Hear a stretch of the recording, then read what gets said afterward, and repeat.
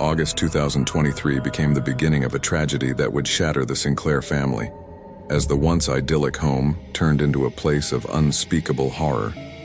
The cause, a father's secret obsession with his son's best friend, which spiraled into a deadly encounter that no one could have predicted. The Sinclair family was well known in their small town.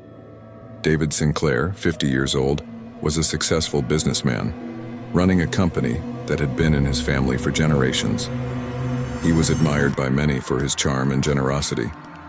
His wife, Margaret, 48 years old, was equally respected, known for her work in the community, organizing charity events, and always lending a helping hand to those in need. Together, they seemed like the perfect couple, living in a grand old mansion that had been passed down through the family for years. They had 2 children. James, 22 years old, had recently graduated from college and was starting to work at his father's company. He was handsome, smart, and hardworking, just like his father. Emily, 19 years old, was studying fine arts at a prestigious college. She was creative and kind, always finding beauty in the world around her. The family seemed to have everything: wealth, status, and happiness. But there was someone else who was almost like part of the family. Sarah Thompson, 21 years old. She had been James's best friend since they were little kids. Growing up next door, Sarah spent most of her childhood at the Sinclair mansion. Sarah was smart too, studying architecture at a top university. The Sinclairs loved her like a daughter, and she loved them like her own family. For a while, it seemed like the Sinclair family had found the perfect balance. Sarah would come over often, working on her school projects in their big, cozy library. David would sometimes offer her advice, guiding her through her studies. Margaret would make sure Sarah felt at home, always welcoming her with open arms. But soon, subtle changes began to surface. David, who had always been a supportive father figure to Sarah, started to feel something different. At first, it was just admiration. He admired how smart Sarah was, how she was growing into a confident and talented young woman. But as the weeks passed, these feelings began to change. David found himself thinking about Sarah more and more, not just as his son's best friend, but as something more. What had started as a harmless admiration was slowly morphing into an obsession that would have devastating consequences for all involved. As David spent more time with Sarah, his thoughts turned darker. He would find excuses to be around her, even when she was just working on her projects. He started to watch her more closely, noticing every little detail: the way her hair fell across her face when she concentrated, the way she smiled when she talked about her future plans. These thoughts began to consume him, and soon he could think of little else. And on the other side, Sarah wasn't prepared for the drastic turn of events that would soon unfold. Sarah remained unaware of David's growing obsession. She continued to visit the Sinclair mansion, thinking of David as a kind and supportive mentor. She had always looked up to him, seeing him as someone who could guide her in her career. But she began to notice small changes too. David seemed more distant from his wife, more quiet, and sometimes she caught him staring at her in a way that made her feel uncomfortable. She brushed it off, not wanting to believe that anything was wrong. As summer dragged on, David Sinclair's obsession with Sarah Thompson grew more intense. What started as admiration had morphed into something dark and all-consuming. David couldn't get her out of his mind. The more he tried to suppress his feelings, the stronger they became. Every time he saw Sarah, whether it was at the Sinclair mansion or just a passing glance when she visited, his heart would race, and his thoughts would spiral. Sarah had always seen David as a father figure. She admired his wisdom, his success, and the way he guided her through her studies. But lately, she had started to feel uncomfortable around him. She dismissed everything at first, not wanting to believe that there could be anything wrong. But as the weeks went by, the feeling of unease grew stronger. One evening, after a particularly exhausting charity event, Margaret, David's wife, decided to spend the night at a hotel. She was too tired to make the drive back home and figured a night of uninterrupted sleep would do her good. While his son James was away on a business trip, working on expanding his father's company into new markets, this left David and Sarah alone in the mansion. David knew this was his chance. The house was quiet, almost eerily so, with Margaret and James gone. The usually bustling mansion felt empty, the only sound being the ticking of the antique grandfather clock in the hallway. David's heart pounded in his chest as he realized that this might be his only opportunity to tell Sarah how he felt. But she wasn't prepared for the drastic turn of events that would soon unfold. Sarah had come to the mansion to pick up some things she had left behind. She had been avoiding David lately, sensing that something was off, but she figured she could get in and out without running into him. She walked through the dimly lit hallways. She couldn't shake the feeling that she was being watched. The usually warm and welcoming house felt cold and empty, the shadows in the corners seeming to stretch and reach out towards her. She reached the library, the room where she had spent so many happy hours working on her architecture projects. The room was dark, with only the soft glow of the lamp on the desk illuminating the space. Sarah began gathering her things, eager to leave as quickly as possible. But as she turned to leave, she saw David standing in the doorway, his face serious and his eyes intense. David stepped into the room, closing the door behind him. Sarah felt a wave of fear wash over her. There was something in his eyes that she didn't recognize, something that made her skin crawl. David told her that he needed to talk to her, that he had something important to say. Sarah didn't know what to expect, but nothing could have prepared her for what happened next. David began by praising Sarah, telling her how much she meant to the family, how proud he was of her achievements. But as he spoke, his tone shifted, becoming more personal, more intimate. He told her how lonely he had been, how he felt like he was losing himself. And then he confessed his feelings, telling her that she had become the light in his life, that he couldn't stop thinking about her. Sarah was horrified. She tried to tell him that he was just confused, that this wasn't right. But David wouldn't listen. He pleaded with her to understand, to see that they could be together, that they could make it work. Sarah felt trapped, the walls of the library closing in on her. She knew she had to get out of there, but David blocked her path, his desperation turning into something darker, something more dangerous. The tension in the room grew thicker with every passing second. Sarah tried to leave, but David wouldn't let her.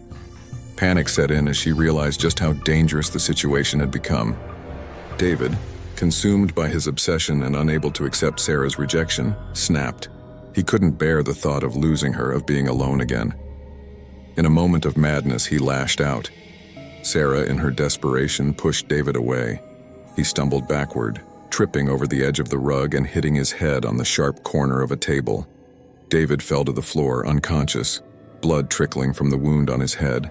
Sarah stood there, frozen in shock, unable to believe what had just happened. Terrified and unsure of what to do, Sarah fled the house. She didn't tell anyone about the incident, fearing that no one would believe her and that it would destroy the Sinclair family. She ran as fast as she could, her heart pounding in her chest. The image of David lying unconscious on the floor burned into her mind. David regained consciousness a few minutes later, disoriented and with a deep sense of shame. He couldn't believe what he had just done. His head throbbed with pain, but the ache in his heart was even worse. He had lost control, and now he was paying the price. But instead of letting go of his obsession, it only grew stronger, fueled by a sense of betrayal and rejection. But the darkness within David was far deeper than anyone could have imagined. In the days that followed, the atmosphere in the Sinclair household became increasingly tense. David became more withdrawn, haunted by his feelings and the shame of his actions. He couldn't look Margaret in the eye, couldn't face his own son. Sarah, trying to distance herself from David, started avoiding the Sinclair mansion altogether, causing concern for both James and Margaret, who noticed her absence. David spent hours in his study, replaying the events of that night over and over in his mind. He couldn't escape the guilt that gnawed at him, the image of Sarah's horrified face haunting his every thought. But even then, he couldn't let her go. He needed to see her, to explain himself, to make things right. But deep down, he knew that was impossible. But soon it became clear that the situation was far worse than he could have imagined. One night, a few weeks later, Sarah returned to the mansion to retrieve some of her belongings that she had left behind. She had tried to move on, to forget about what had happened, but the weight of it all still pressed heavily on her. The house was eerily quiet, with only the sound of the wind rustling through the old trees surrounding the property. As Sarah moved through the dimly lit hallways, she couldn't shake the feeling that she was being watched. David, who had been obsessively waiting for this moment, confronted Sarah in the mansion's grand library. His demeanor was unhinged, his eyes filled with a mixture of longing and madness. He accused Sarah of toying with his emotions, of leading him on and betraying him. Sarah, frightened and desperate to escape, tried to calm David down, but her efforts were in vain. But she wasn't ready for the final twist of fate. The tension in the room grew thicker with every passing second. Sarah tried to leave, but David blocked her path. Panic set in as she realized just how dangerous the situation had become. David, consumed by his obsession and unable to accept Sarah's rejection, snapped. In a moment of madness, he lashed out, grabbing an antique vase from the mantelpiece and striking Sarah with it. The impact was deadly. Sarah crumpled to the floor, her life snuffed out in an instant. David, now faced with the horror of what he had done, could barely comprehend the reality. He stared at Sarah's lifeless body, his mind racing with fear, guilt, and regret. He knew there was no way to undo what had happened, but his thoughts turned to covering up the crime, to hide the truth of his obsession and the tragedy it had caused. David, realizing what he had done, was consumed with horror and guilt. He stared at Sarah's lifeless body, his mind racing with fear, guilt, and regret. He knew there was no way to undo what had happened, but his thoughts turned to covering up the crime, to hide the truth of his obsession and the tragedy it had caused. But even then, David had no idea of the chaos that would follow. He quickly began to clean up the scene, wiping away the blood with trembling hands. He knew he had to make it look like an accident. He arranged Sarah's body to make it appear as though she had tripped and fallen, hitting her head on the edge of the fireplace. It wasn't perfect, but it was all he could think of at the moment. He had to act fast before anyone else came home. As David worked, his heart pounded in his chest. He couldn't shake the feeling that someone was watching him, that the walls of the mansion were closing in on him. The once grand and beautiful house, with its tall ceilings and elegant furniture, now felt like a trap. Every creak of the floorboards, every gust of wind rattling the windows, sent shivers down his spine. But he also feared what might happen next. As dawn broke, the reality of what he had done settled in. Margaret, due to return home soon, would find out. David knew he had to be ready. He went upstairs to his bedroom, washing the blood. David went upstairs to his bedroom, washing the blood from his hands with trembling fingers. He scrubbed at his skin until it was red and raw, but no amount of washing could cleanse the guilt that clung to him. He changed into clean clothes, trying to compose himself, but his reflection in the mirror revealed the truth. His eyes were wild, his face pale, and his hands shook uncontrollably. He knew Margaret would be home soon. The thought of facing her filled him with dread. How could he look her in the eye after what he had done? How could he keep up the facade of the loving husband, the successful businessman, when inside he was falling apart? The mansion with its grand rooms and elegant decor now felt like a prison, its walls closing in on him, suffocating him with the weight of his secrets. But she wasn't prepared for the drastic turn of events that would soon unfold. When Margaret finally arrived, she was exhausted from her long night at the hotel. She parked her car, a sleek black Mercedes-Benz, in the driveway and walked up the steps to the front door. The mansion was still and quiet, as it often was in the early morning. She pushed open the door and stepped inside, immediately noticing the coldness in the air. Something felt off, but she couldn't quite place it. She called out to David, but there was no response. She figured he was still asleep, so she made her way upstairs to change out of her evening clothes. As she climbed the staircase, she noticed that the house was unusually silent, with no sounds of the staff bustling about or the usual creaks of the old wood floors. But she wasn't ready for the final twist of fate. As Margaret reached the top of the stairs, she was suddenly stopped by one of the household staff, their faces pale and eyes wide with shock. They stammered out a few words, but Margaret couldn't make sense of what they were saying. All she could understand was that something terrible had happened in the library. The fear in the staff members' eyes made her heart race, and she quickly pushed past them, rushing down the hallway toward the library. The door to the library was ajar, and as Margaret stepped inside, the scene that greeted her was one of pure horror. Sarah was lying on the floor, motionless, her blood pooling around her head. The antique vase that had struck her lay shattered nearby, its once beautiful porcelain now stained with dark red. Margaret let out a scream that echoed through the halls of the mansion, a sound filled with pure, unadulterated terror. David was by her side in an instant. He had heard her scream and had come running, his heart pounding with fear. He wrapped his arms around Margaret as she sobbed uncontrollably, her body shaking with grief and shock. But even as he held her, David felt the crushing weight of his guilt pressing down on him. He had caused this. He had taken Sarah's life, and now he was watching his wife fall apart because of it. The police arrived shortly after Margaret's discovery, turning the once peaceful mansion into a chaotic crime scene. Yellow tape was strung up around the library, marking off the area where Sarah had fallen. Detectives began their investigation, carefully piecing together the evidence, trying to understand what had happened. David was interviewed, his story rehearsed in his mind, but he couldn't shake the fear that they would see through his lies. He told them that he had found Sarah that morning, claiming that he had no idea how she had died. He played the part of the grieving father figure, his voice shaking with what he hoped sounded like genuine emotion.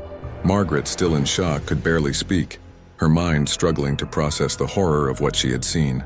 The detectives were suspicious from the start. Something about David's story didn't add up.